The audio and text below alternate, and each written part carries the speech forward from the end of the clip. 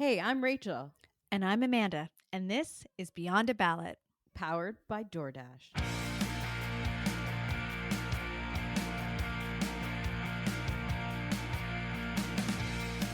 Welcome to another episode of Beyond a Ballot. Well, what does it mean for a political party to stay relevant? The NDP has been a defining voice in Canada's political story, from Tommy Douglas and the birth of universal healthcare to Jack Layton's optimism and the Orange Wave in 2011, to today's balance between holding the government to account and trying to influence it from within. But in a country that's changing fast economically, socially, generationally, can the NDP still connect with Canadians? To explore that, we're joined by someone who has seen the party from every angle for many years. Anne McGrath is the national director of the New Democratic Party, a role that she's held through some of the most pivotal chapters in the NDP's history.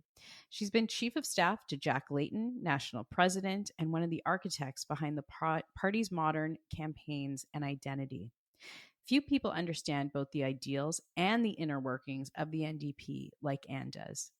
Today, we'll talk about what relevance really means for a party that's built on principle, how it adapts, where it stumbles, and what it might look like in the next chapter of Canadian politics.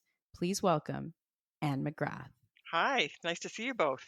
It's great to see you. I mean, I have been a fan of yours, I will say this, for so long. When I was a junior staffer back in Ottawa, I remember you. I remember you working with Jack Layton, and you were always the sharpest woman in the room, and that really impressed me. And it's something that sincerely that has carried me to this day. And I was just telling you, I did a dive on your background, and I can't believe all the things you've done in politics, and I can't wait to share them with our audience. So let's start with that. How did you get involved with the NDP, and when was it? Okay, so it was probably in the late 80s, like around 89, 90, I would say, maybe even a little bit before then. And I had been very involved in like social movement stuff, like, that I was very involved in the student movement, Right. feminist movement, union movement, all of that kind of stuff. And I was very much of a social movement activist in a lot of ways. And I think I remember feeling at a certain point that I was kind of tired of um, like winning moral victories and you know being on the outside shouting and not actually being on able to make some changes. So I wanted to make I wanted to be able to get in and make some changes. And I felt like the NDP had the values that I agreed with, but also had the potential. I mean, it wasn't Mm, realized for quite a while, but had the potential to actually make some real changes, whether it was as MLAs or MPs or in government ideally, but are also as opposition, that you can actually propose things and get things done. I know that when we were in government in Alberta, I always used to say that one of the things I liked about that was you don't sit around and going, that's a really good idea, we should push for that. Instead, you could say, that's a really Right. good idea, we should do that. Yeah, right. that's if only everyone was like that, right? Do you feel like you said you started out in the late 80s, now it's 2025. Is it different being part of the NDP today than it was in the late 80s? What have been the most significant changes, do you think, to the party? Well, it's very different. In the late '80s, I was a young mom Mm. in Calgary, Mm, where the NDP could meet in my living room, um, right. and often did. Yep. And so in some ways, there's some great things about that. Like for instance, we're in a leadership race right Mm, now, and I remember sitting in my living room with New Democrats and going, "We should organize a leadership debate." Not through the mm, party, just us, like sitting around as members, and so we booked a free room at the public library. We sent an invite out to the leadership candidates. They all agreed to come. I think I moderated it, and we had this really nice, kind of off book debate. And but there's right. something kind of great about that, fun and Mhm. exciting Yeah. and kind of liberating in a way. And I would say that, as you uh, one of the great things about the last few decades is I have actually seen, though, what can happen if you are not operating off book and doing things like that, but actually in the rooms, as they say, Mm. making the decisions and trying to get things done. So, and there's something good about both of those for sure. Yeah. So, talk to me about being a New Democrat today. I mean, we're going to dive into the 2025 campaign, Yep. obviously, but with all of your experience in your community, like, where are you sitting in terms of who a New Democrat is in 2025? Well, we obviously have just been through a very bruising election. Mm-hmm. We're kind of, if not at rock bottom, very close to rock bottom. Mm. We lost official party status. We lost a lot of our voters. Not only did we not gain votes, we lost a lot of votes. So it's very difficult period of time for us. At the same time, you know what they say about the symbol for crisis. It's both crisis and opportunity, right? So we Right. are in a Yeah. moment of Mm. I think some reflection, some kind of looking backwards, but a lot of I think focus in the next little while is going to be looking forwards. Like, how do we rebuild? What kind of party are we? And I think that that's an opportunity to be optimistic.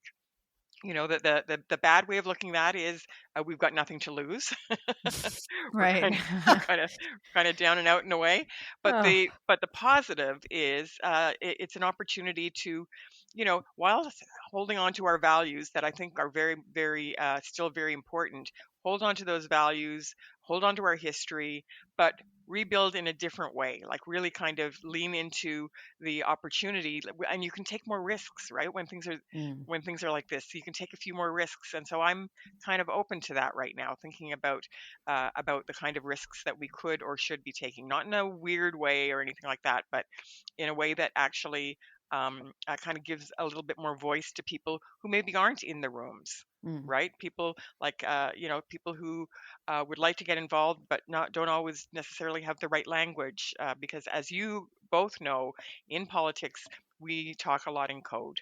Mm-hmm. I mean, I was listening to something earlier today, and someone mentioned the names of 3 acronyms within about 2 seconds, I think. Right. Exactly. Should make a book So let's explaining what all those totally. acronyms I are. know they were So talking, and true. I even knew what they were after I figured it out. But I was like, what's UTE, and like Yeah. what's I yeah don't know that one. yeah Union of Taxation Employees. Oh, I Oh, looked it thank there up. we you. go. Now we Thank know. you. None of us knew that Yeah. one. Let's break down the 2025 election a little bit. Mhm. NDP federally won 7 seats in the 343 seat House of Commons. That was down from 24 or 25, depending on who you talk to. Your share of the popular vote fell to about 6.3%. That was down from roughly 11.5 percentage points compared to the last federal election. As you mentioned, as a result of having fewer than 12 MPs in the House, you lost official party status. And your leader, Jagmeet Singh, previous leader, lost his riding and announced that he was stepping down as leader. So a lot of setbacks. Can you break down the 2025 election for us? What was happening? What went wrong? What went right? Mhm. And were you surprised at the result on election night? I would say that I was a bit surprised because I did think we could, Okay. I could count to 12 in my head. Right. There were some seats that I was a bit shocked about. Like, not there were some that I knew, but there were some that were shocking to me. I found it Mhm. almost impossible to imagine that we would not have a seat in Hamilton or in Right. Windsor or Yep. or Right. even in London. I Yeah. found that quite shocking. Victoria was a surprise to me. Mm. Yeah. New Westminster, Burnaby. Like, there were some sort of some big surprises to me. So I was able to kind of in my head count up to 12 and have official party status. Okay. So it was worse than I had. I knew it was bad. It was worse than I had than I knew Mm. going into that evening. Um, in terms of, like, And the other thing I should say is, like, often they used to say that when New Democrats won a seat, they were like weeds and you could not get rid of them. Well, Mm. obviously you Yeah. can. Yeah. You know? Like some long held Yeah, writings, absolutely. right? Long-held ridings with MPs that had a really good reputation, were really solid in Right. their ridings. But there is an issue around whatever you want to call it, political literacy too, right? Like I heard stories from people, for instance, in Peter Julian's riding when he was, packing up his office, and Mm. people were coming by and saying, well, what's going on? What's happened with Peter? And well, Mm. we lost, and it's like, well, I voted for Carney. I didn't think that meant Peter would lose. Oh, interesting. Yeah, and I remember That's that too in interesting. the kind of orange wave election, in the opposite way. People coming out of the voting booths and saying, "Where's Jack Layton's name?"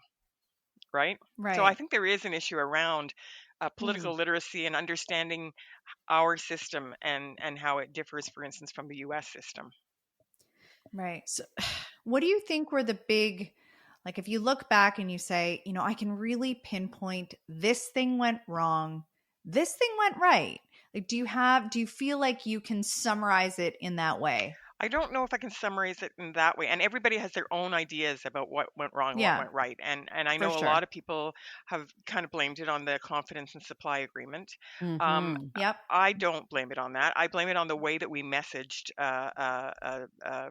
some of the things around that, and how we exited it. I think that was probably a problem. And I think because there's so many different views on it, like I I still embrace it. I thought it was very good. I Mm. know it hurt us a lot, but I felt very proud of it, and I feel like I feel like exiting it with a little bit more pride about what we had accomplished. I think would have been a smarter move, to be honest. There are these moments where everybody can put their own. Like I know everybody right now, for instance, is very excited about this politician that's running for New York City mayor, Mandami. Mm. And everybody believes that the reason he's doing so well is because of what they believe about politics. Right. And so Yeah. it's the same thing with the election, and I've been in Mm. elections where people say that we did absolutely everything right, but we didn't. We just did really well.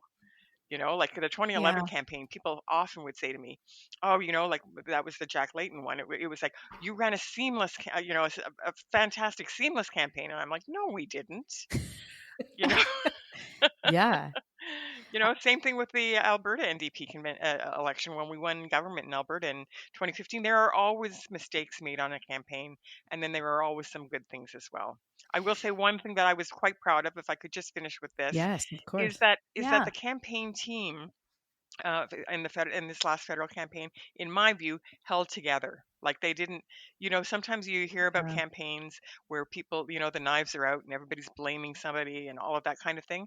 And I didn't Mm. feel like that was Hmm. happening at all in the end of the 2015, that campaign, the last campaign. I felt like people were still holding together. I think, were clear-eyed about the fact that there were things that we could have done better, but nobody was blaming people, in my view, anyway. I just, for our audience, want to reference the policies that you were talking about. We're talking about pharmacare, dental care, major programs that the NDP asked for as part of the deal with the Liberals to keep them in government, this confidence and supply deal. Um, and yeah, you're right. There was a lot of talk about whether or not, specifically Jagmeet Singh was able to take credit for those enough.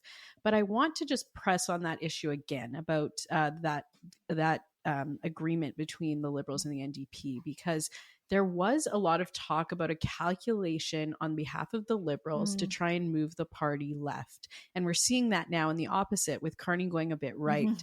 Hmm. Hmm. Um, how did the NDP react to that? And would you say that that calculation on behalf of the Liberals to move the party left actually won them the last election and hurt the NDP? Is that fair in your mind? Well, I think like for me, what I saw in that whole issue was an opportunity to get some really important things done, which I think has often been what the NDP has done in minority parliaments. Hmm. And I think that there was an opportunity partly because that government was a little bit more open to some of the ideas that we were putting forward. I think there was for sure a matter of survival, but also and comfort almost, in being in government and being able to actually get committees to function and all of that kind of thing. But I think a lot of it for me was that was a government that was open to some of the things that we wanted to do, and in some ways I often wonder if they appreciated the pressure Mm. from Oh my from God. from Yeah. us, so I mean, yeah, I as I said, I'm quite proud Hmm. of what we accomplished in that, and I think it's not good. It's very bad that weren't able to, kind of capitalize on it or get any credit for it or any of those kinds of things. I still have people coming up to me. I go to the grocery store and people I don't know, women shopping there will come up and they recognize me or something. They come up and they thank me for dental care because they finally got their teeth fixed, Ah, Absolutely. Yeah. and they're very happy. And I think that's great. But I know you voted for Mark Carney. totally. That's I love those policies. They're so important, and I feel like they don't get enough airtime. mhm. You mentioned 2011. I just want to go back for a minute because 2011, for our listeners, this was the election in which Jack Layton led the party, helped win 103 seats, which was the best result ever. NDP became the official opposition for the first time in history, sweeping most of Quebec, taking 59 of 75 Mhm. ridings. What, and we still talk about the orange Oh wave, yeah. right? It was such a monumental I remember, talking about people who had won their ridings. They weren't even in their ridings when they Yep. won. Like it was just such a I think moment. the NDP What was caucus that year brought the age in the House down by Yes. like totally, 80%. Yeah. Yeah. which was nice. It was nice. But what was the secret sauce then? And now, word from our title sponsor, DoorDash. Season 3 of Beyond a Ballot is powered by DoorDash. Just like we go beyond politics, DoorDash goes beyond delivery, investing in people, stories, and communities across Canada. From a recent survey, 64% of merchants indicated that third party delivery frees up time for them to concentrate on building their businesses. For Jade Rachotte, owner of Golden Fries in Ottawa, that extra time has been essential. Over the years, Jade has grown Golden Fries alongside Ottawa's expanding food truck industry, serving her poutine to locals and visitors alike. By partnering with DoorDash, Jade has been able to focus on scaling her operations, such as upgrading her equipment, expanding her reach, and continuing to build the business she worked so hard to grow. Her story shows how DoorDash helps entrepreneurs free up time to focus on growing their business and serving their communities. I think that the secret sauce was that, for one thing, it was that Jack had been there for a while, Mm. our Yeah. leader, Jack Layton, and so he got to kind of grow into the role. And I always say this, like, we're Mm, in a leadership race right now. Others have been in leadership races. You don't walk into being the lead. You win the leadership. You don't walk in being the leader. You become the leader, right. right? And you grow into it. And I was talking about how people like place their own political beliefs on Mamdani right now. People do the same thing with Hmm. Jack Layton. People always are telling me things Mm. about Jack that I'm thinking, well, not really. you Mm. know, like Really? like So in interesting. all honesty, I think our 2004 campaign was a bit of a problem. It was not a good campaign. Which Hmm. was his Mm. first one. Right. And so he learned, and we learned over the course of several campaigns. And I would say that we were pretty good by the end, but at the beginning it was pretty rocky, and that those campaigns were the Mm. kind of campaigns where Hmm. people had different opinions, and but never would settle on something. They would everybody would just keep Mm. fighting their own corner all the way through the campaign. And he Hmm. made mistakes, and we made mistakes in those early days. So, what was it that changed the dial then? Like, I remember those days. I remember working in Ottawa as a conservative staffer and being like, Jack Layton is awesome. He's unifying this country. I used to have this joke with Jack I was stalking him because we had a very similar schedule on the Hill. So we were always in elevators together and sitting across from him in committees. And yeah, I love Jack as a conservative staffer. Like, how did he unify the country around the NDP at that point? Well, I think it's part of it is his personality, Yeah, right? for And sure. Mhm. and a lot of it was like, people who are political junkies might have watched like The West Wing, that Yeah. whole Oh, let yeah. Bartlett be Bartlett thing, right? For sure. Yep. and and so it was a combination. It wasn't a completely that, because that is also, like people, like the leader does have to listen to people as well, Hmm. right? So Mhm. but it was a little bit more of like him coming into it, like not Mm. listening completely to everybody else's opinions and having his own views, which he had, but he wasn't as clear about them at the beginning as he was towards the end, right? And I Yeah. think people also saw in him that fighting spirit. Like I think people knew that he'd had prostate cancer. People knew that he had hip surgery and was going Right. through that campaign having just had hip surgery. I mean, one of the things I remember worrying about the most was that campaign started about 2 or 3 days before I thought it was going to, Mm. because of the way the votes were lining up in the House. And my big worry was, how are we going to get him up the stairs of the plane?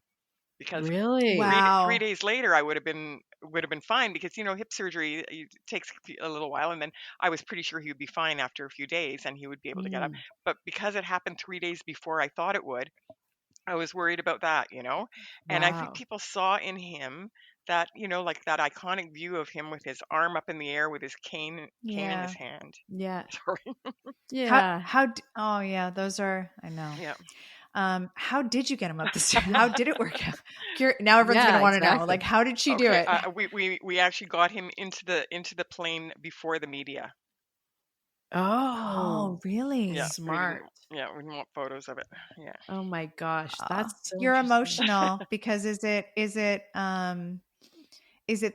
Jack himself? Is it thinking back to that Yeah. time? I mean, obviously I loved him. Hmm. Yeah. And it was also an amazing time. It was an amazing campaign, and And I will say too, just like I'm emotional, but also I feel like the party, if we were talking about how the party Yeah. has evolved over the years, I think Mhm. that the party was a bit traumatized by that whole experience. Like it's been like I think Yeah. we as a party really sort of suffered politically, but also I think emotionally. Hmm. Yeah. Would you count Actually, I'll just ask you without putting would which was your favorite campaign when you look back? I probably would say the 2011 campaign. It was Yeah. so exciting, and and people don't remember this, but at the beginning of that campaign, the first 2 or 3 weeks, all of the stories were the leader is weak. He's not very, he's not Mm. motivating people. People aren't turning out. It's a very flat, dull campaign. They're done. Kind of and that was the first 2 or 3 weeks of the campaign. Wow. Yeah, Really? I absolutely. don't remember Yeah, that. yeah, I Huh. remember, and that's what I mean about people like putting their own sort of Jack ran these great Romanticizing. campaigns. It was like the first few weeks were terrible, I thought, Hmm. and then things started to turn around with a couple of things. One was the appearance on Tout le Monde en Parle, and we were building Yes. on that, the fact that he was sort of the second most popular politician in Quebec, so that really had an impact. And then the debates, especially the English language debate. So there was a series of things. But even after the English language debate, I watched seasoned journalists come out and say that Michael Ignatieff won that. Hmm. Yeah, Really? and that That's Jack didn't do that well, and that Michael Ignatieff won it. And I was like, well, I kind of beg to differ, but then people did see all of those things about him, and things started to change, and then it took on this great momentum, and so that was very exciting. I do remember, Jack sort of saying, okay, like in all honesty, Anne, how many seats do you think we're going to win in Quebec? This is like the What night did you before, say? somewhere between 6 and 60. Oh. Because also you're in a campaign, you target totally seats, right? So we had right. targeted Yeah. seats. It was like in Hmm. Alberta too. We had targeted, I don't remember how many seats it was, like maybe, I'm guessing, I think it was around 8 or something like that. We had targeted 8 seats. Yeah. But then when there's a wave, you know, Yeah. it's sort of like the Liberals in 2015, probably, right? Like there's a wave, Yeah. and so the seats that you targeted, and you're solid there, but you don't know what else is going to happen. Between Between between 6 and 60. six 60, and you landed on 59. There you go. You should be a betting woman.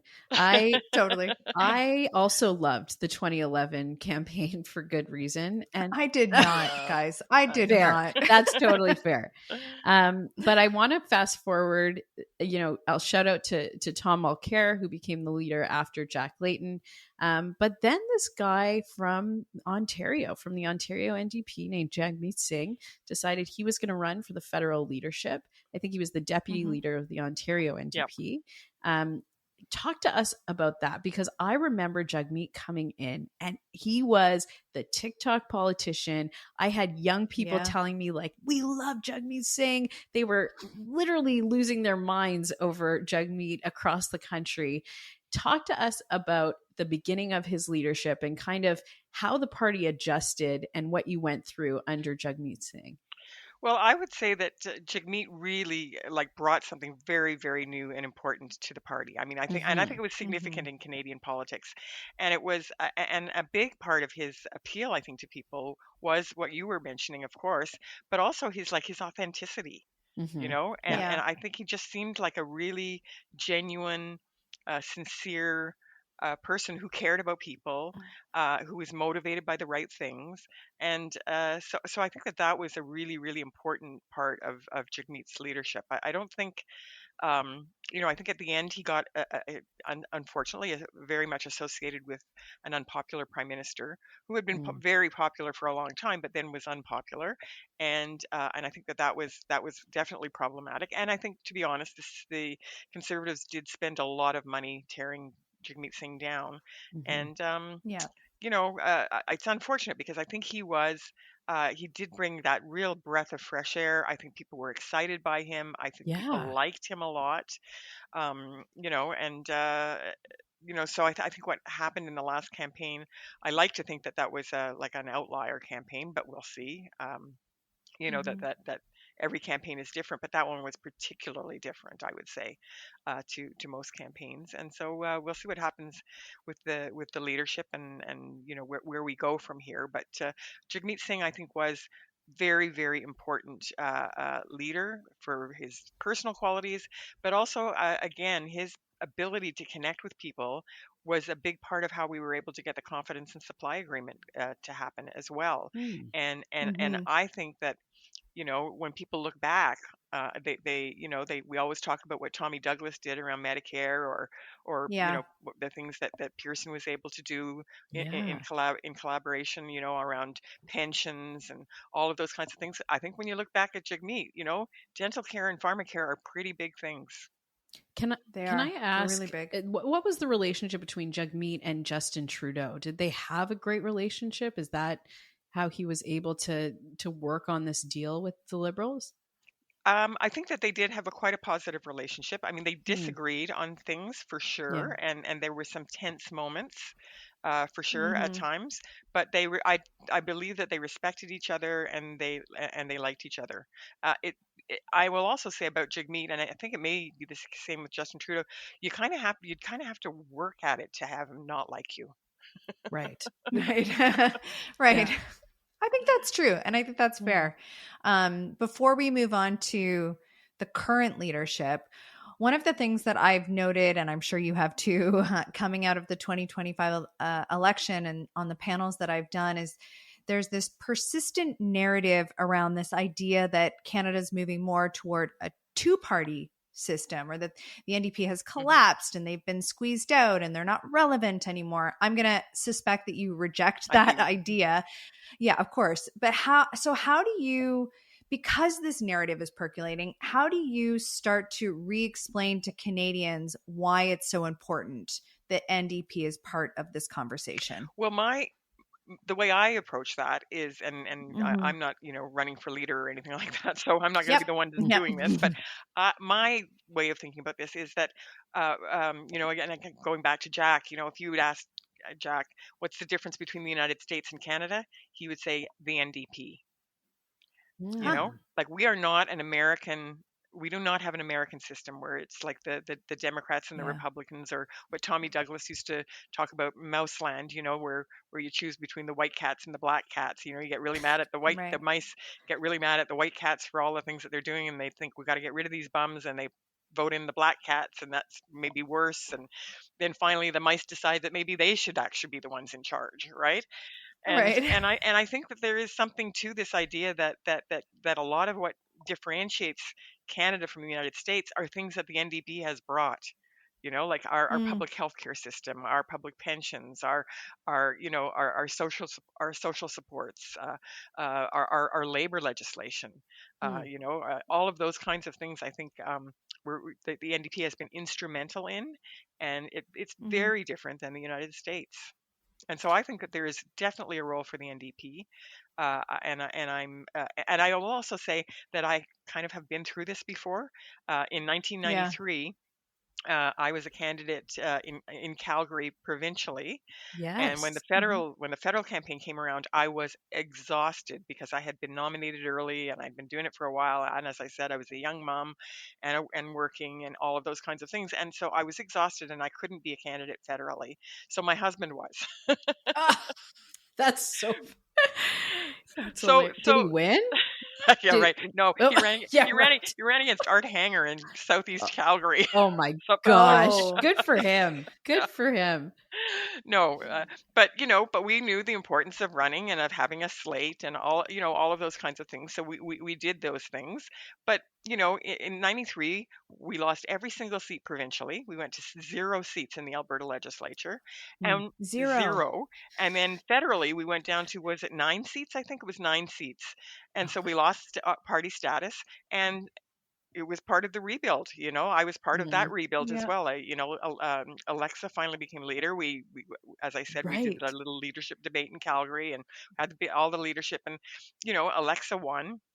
And then we went on to to make some changes. Went through a Mm. renewal process as much as we're doing right now, Mm. and we made some changes. And then there was a leadership race. She stepped down once those changes had been put through, had been passed and everything like that. There was a leadership race, 5 candidates, I think, and that was when Jack Layton became the leader.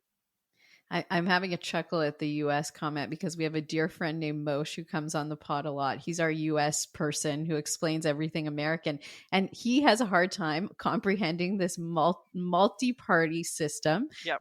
because the NDP does play such a pivotal role. And yet it's outside of the leading two at the moment. So Hmm. I think that comment holds a lot of weight for sure. I want to talk about renewal. I want to talk about Mm. election night. You get the results. We see Jagmeet Singh decide to resign as leader. What was the process after that? Was there a big party meeting? Was there a lot of, a deep dive into where the party's going to go? And what was the thinking behind Don Davies becoming leader? Like, what was the decision? He's a long time. Shout out to Don Davies because he's my MP. So I'm excited that he's the federal leader. But he, everybody, there wasn't that many to choose from in caucus. He emerged as the interim leader. Talk to us about that period of transition. Okay, so the period like right after election night was it's chaotic. Yeah. It is like Mm. people are kind of putting the pieces together and trying to figure out what the next steps are, while being asked a million questions about Hmm. you know like Right. everybody's like, I remember people were like, so who's going to run for leader, I'm like, nobody at the moment.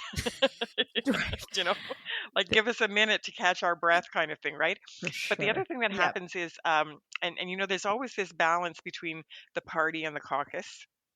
I think everybody has that. And Yep. really, at a moment like that, the balance shifts much more towards the party, Hmm. right? Like during an election campaign, it does, but then in a period like that, it does too. So the party, in our constitution anyway, it is the federal council that makes the decision on who the leader, the interim leader, is going to be, and who puts Hmm. in place Oh, the that's rules interesting. for the leadership and all of those kinds of things. So the big moments, I think we're trying to make sure that we made people that we got people to understand that, because a lot of people don't know how all Yeah. of these things work, and that it's it's the federal council in consultation with the caucus, right? So people thought, well, it's the Mm. caucus that makes that decision, but it isn't the caucus that Mm. makes the decision. It's the federal council, and the federal council is, in my view, a bit too large, but it is a large group of people that are elected at convention, and Mm. it's like 115 to 120 people. Oh, wow. So That is it's Oh, not big. a I didn't know yeah, it's that. not a small group that kind of gets together and kind of comes up with all of this stuff. And so, it takes a lot of work to get those things done, right? And the Mhm. first meeting of federal council did not make a decision, I believe, and Mm. it took, and it's a lot of work to get a meeting like that together, No right? kidding. Even by Zoom, it's a lot of work, right? Yeah. Yeah, so we had to have a couple of meetings at the federal council, and then that the decision was made that it would be John. I agree with you. I think John and I went to the University of Alberta together, Oh, way cool. back in the mid Ah, '80s, early '80s, mid '80s, and we were friends at university. So Wow. and he actually worked in the Alberta legislature. I think it was when Grant Notley was the leader. Grant Notley, who was Rachel Really? Notley's dad. Yep. I didn't realize he had such a tie to Alberta because he's such a British Columbian now. I know. That's Yeah. so interesting. okay. So we're now in the race. Tell us about who is in the race, Yeah. your observations of the race so hmm far. Where do you think this thing is Who might going? join the We're race? all curious. Who's going to join the race? We want the inside Yeah. scoop. Well, I know at the very beginning, because of the way that the process was laid out, there was nobody in the race for a while, and I think people were worried about that. I knew Yes. that there were people that were considering and that would probably do it, Okay. but still, I know that there was a lot of this kind of like, what's going on? Like they're having a leadership race and nobody wants to run. Is it that bad, right? Right. Gosh. But now we have five contestants for the leadership, which I think is very healthy and very good. I think they're going to present different views. So we have the only one member of the caucus is running, and that's Heather McPherson, and Hmm. she's the MP for Edmonton Strathcona. And I will give absolute credit that Edmonton Strathcona was a riding that I remember trying to win, and we took us quite a few, like where we targeted it but still didn't Mm. get it, and then we finally got it with Mm, Linda Duncan. And mm. Right. so, but we just were Right. barely, it was like, we got it, was our fingertips we were hanging on and had that riding, right? And I will full credit to Heather. She has taken what we won like marginally and with our fingertips, and has turned it into an NDP stronghold in Alberta, Yeah. Crazy. an Yeah. NDP stronghold in Alberta. Hmm. So that's amazing work to me. So I feel like she's got the organizing chops, Hmm. and she's Mhm. got the experience of having been a pretty successful MP. We've got Avi Lewis, who is Yep. Yes. very, very like big name in the NDP, the Lewis family. Her grandfather was David Lewis, who was federal leader of the party. Father Mhm. Stephen Lewis, who was the leader of the Ontario NDP, and like just amazing political. Political family of activists. They're passionate, committed, progressive, all of those kinds of things. And I think they have different visions, and I think that that's very healthy. I actually am happy to see that Avi is running with a particular view, and Heather with a particular view. So I'm happy to see that. I think that that's good. I think that we have to have these discussions in the party. I don't think it would be personally. I don't think it would be a renewal if it was just like, okay, we're just going to do this. For sure. So I Mm. think Yeah. it'll be a pretty Agreed. solid debate. We've got Rob Ashton, who Hmm. is the president of the Longshore and Warehouse Union from British Columbia. And I've heard him a few times. I knew him a bit before from some of the work that we did on labor legislation and back to work legislation and all of those kinds of things, the anti-scab stuff that we did, all of those things, Yep. and found him quite impressive. And I've been listening to him since he's put his name in for leader, and he's very impressive in my view. Mm. He's passionate. He speaks so clearly. He's got really clear vision for what the party should be. Mhm. So I'm looking forward to that, and I think he kind of really will appeal to a lot of our members. So Mhm. so I think that that's solid as well.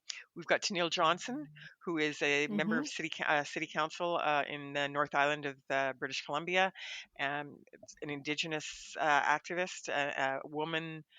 with like really deep roots who had a fantastic campaign in the last federal election, and I think she's going to bring a lot, and she's really exciting a lot of young Mm. activists, I think, to get involved. So I think that's really good. And then we've got a one Ontario contestant, and that's Tony McQuail, who is he's run a couple of times he's run a few times federally and a few times provincially. He says he's an organic farmer. He's been involved for quite a long time. I have heard that he's very interested in kind of merging or combining with the Green Party. I'm sure he'll bring a lot of, another debate Hmm. that people, will probably Yeah. want to have. I'm not in support of that, but nonetheless, I think it's for a lot of these things, I think that these are just debates that we have to have and Mm. discussions that we Right. have to have. And I think having a vibrant leadership race with clear choices, contestants with different positions on things, with different strengths, and all, I think that is what we need. For Who's sure. missing? Who are you waiting for? Well, to be honest, I think the biggest problem right now is that there is not a lot of French, Mm. not a lot of French Mm. capacity. So if it's any of those folks that are kind of the final, the final choice, they will, whoever it is, will have to really devote themselves to learning French. I I asked you about the Liberals moving to the left, and I want to ask you in the context of this leadership contest and the contenders that we're talking about today. A lot of those people come from the more progressive wing of the NDP. With Mark Carney moving, many are saying, more to the right. How does that play in strategically if the NDP ends up with a more progressive leader in terms of taking votes away from the Liberals? Well, I do think it's an opportunity for us, to be honest. Mm. I think that there are people um, uh, who are, worrying a bit about what the direction that this government is going in.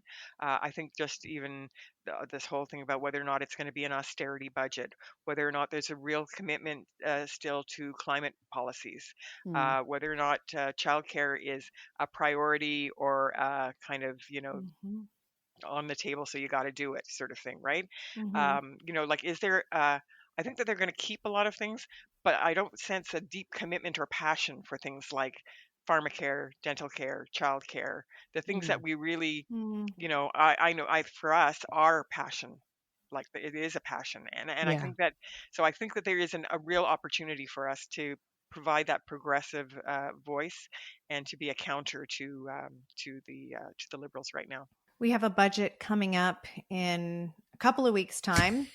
And we know that the prime minister is currently taking meetings with all the leaders and trying to shore up some support. We've heard no, but do you suspect that the NDP will ultimately back the Liberals in this budget? I hope not. I Mm. believe Tell us no, why. Yeah. because really precisely what I was talking about. I think that the Carney Liberals are looking more and more right wing. I've been saying he's like the most conservative liberal leader we've seen since Paul Martin, Mm.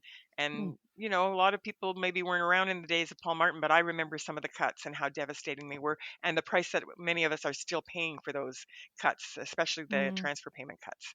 And Mm. so even though he hasn't said that he's going to cut transfer payments, he's going to cut somewhere. And yeah. I mean, I don't know what will be in the budget, and obviously you have to look at it carefully.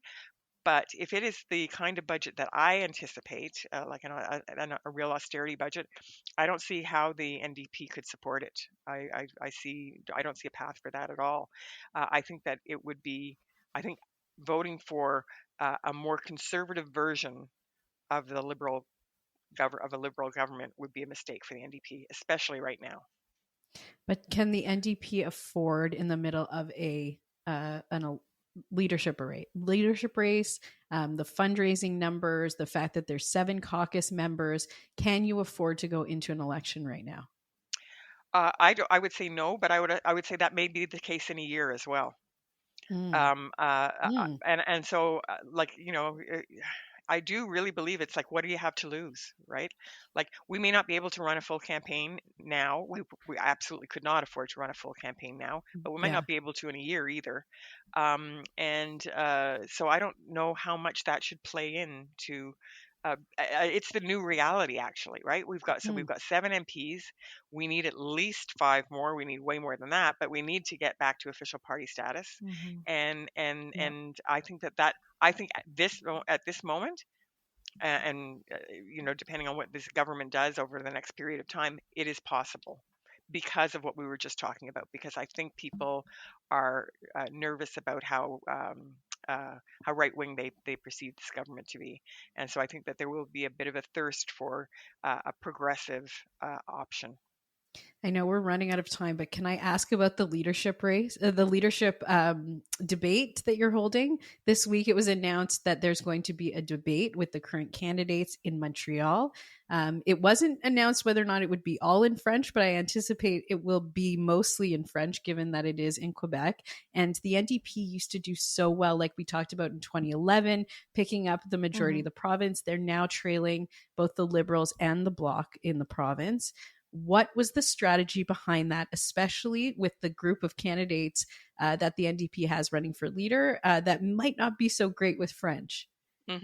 Yeah. Well, I mean, I think that there are, like, this is a country that has to take account of all of the different regional differences and so forth.